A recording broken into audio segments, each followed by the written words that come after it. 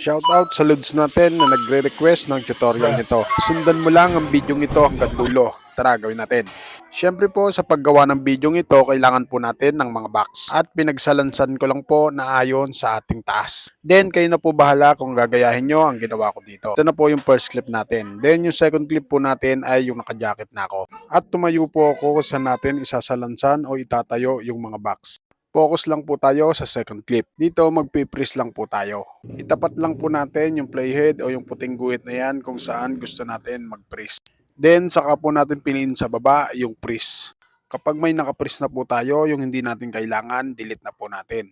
Then focus po tayo sa ating pinrest. Ibaba po muna natin yan gamit ang overlay. Kapag naibaba na po natin, stay pa rin po tayo dyan sa ating pinrest. Tapos po, piliin po natin sa baba yung duplicate. Kapag may duplicate na po tayo, ilagay po natin yan sa baba ng pinagkopyahan yan. Pantay lang po natin, tapos same process lang din po uli, magduduplicate po uli tayo ng dalawa. Ngayon meron na po tayong 4 na nakapress. Dahil 4 na box din po kasi ang ginamit natin dyan. Next po natin, focus po tayo sa second layer. Tapos po, focus po tayo sa baba, piliin po natin yung mask. Tapos po, piliin po natin yung rectangle. Pinas forward ko na po to. Para ang gagawin po natin ay isusukat na lang po natin yung ating rectangle doon sa sukat ng ating box. Same process lang din po ang gagawin natin doon sa 3 layer na natitira.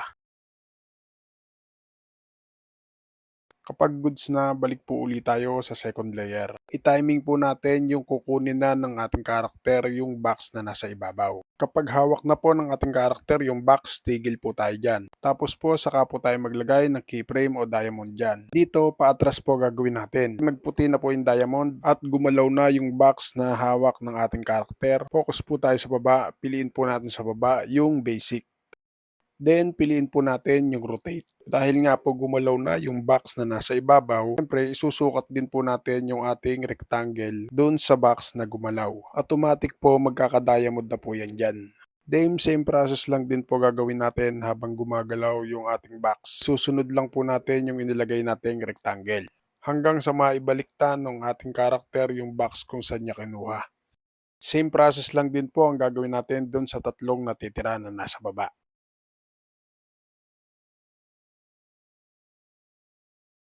Kapag goods na, kapag pinlay po natin, ganyan na po ang magiging resulta niyan. Kapag goods na po tayo dyan, kunin naman po natin yung pinaka second clip po natin. Ibaba din po natin yan gamit ang overlay. Tapos po, idikit po natin yan dun sa second layer. Then, stay pa rin po tayo dyan. Itap po natin para ma-highlight. Tapos po, piliin po ulit natin yung mask. Dito, horizontal naman po ang gagamitin natin para po mapalabas natin yung isang karakter natin. Ilagay lang po natin sa pagitan nila yung ating horizontal. Basta wag nyo pong kakalimutan i-adjust yung feather. Pag goods na, focus naman po tayo sa pagsipa ng isang karakter natin. Dito, tigil po tayo. Stay lang po natin dyan yung playhead o yung puting guhit na yan. Saka po natin piliin sa baba yung press. Kapag may nakapress na po uli tayo, i-delete lang po natin yung hindi natin kailangan. Then, balik po ulit tayo sa ating pinrest. Tapos po, i-adjust po natin at ipantay natin sa pinakadulo. Katulad po ng ginawa natin sa una, ganun din po gagawin natin dyan. I-duplicate din po ulit natin ng 3 beses yan. Basta make sure lang mga lods na pantay-pantay po yan sa kinopyahan niya. Ngayon po, may 4 na po tayong duplicate. Sabi ko nga po, same process lang din po ang gagawin natin dyan, katulad ng ginawa natin na nasa unahan. Ang pinagkaibahan lang po, paabante po ang paglagay natin ng keyframe o diamond dito. Then check po natin kung anong resulta ng ginawa natin.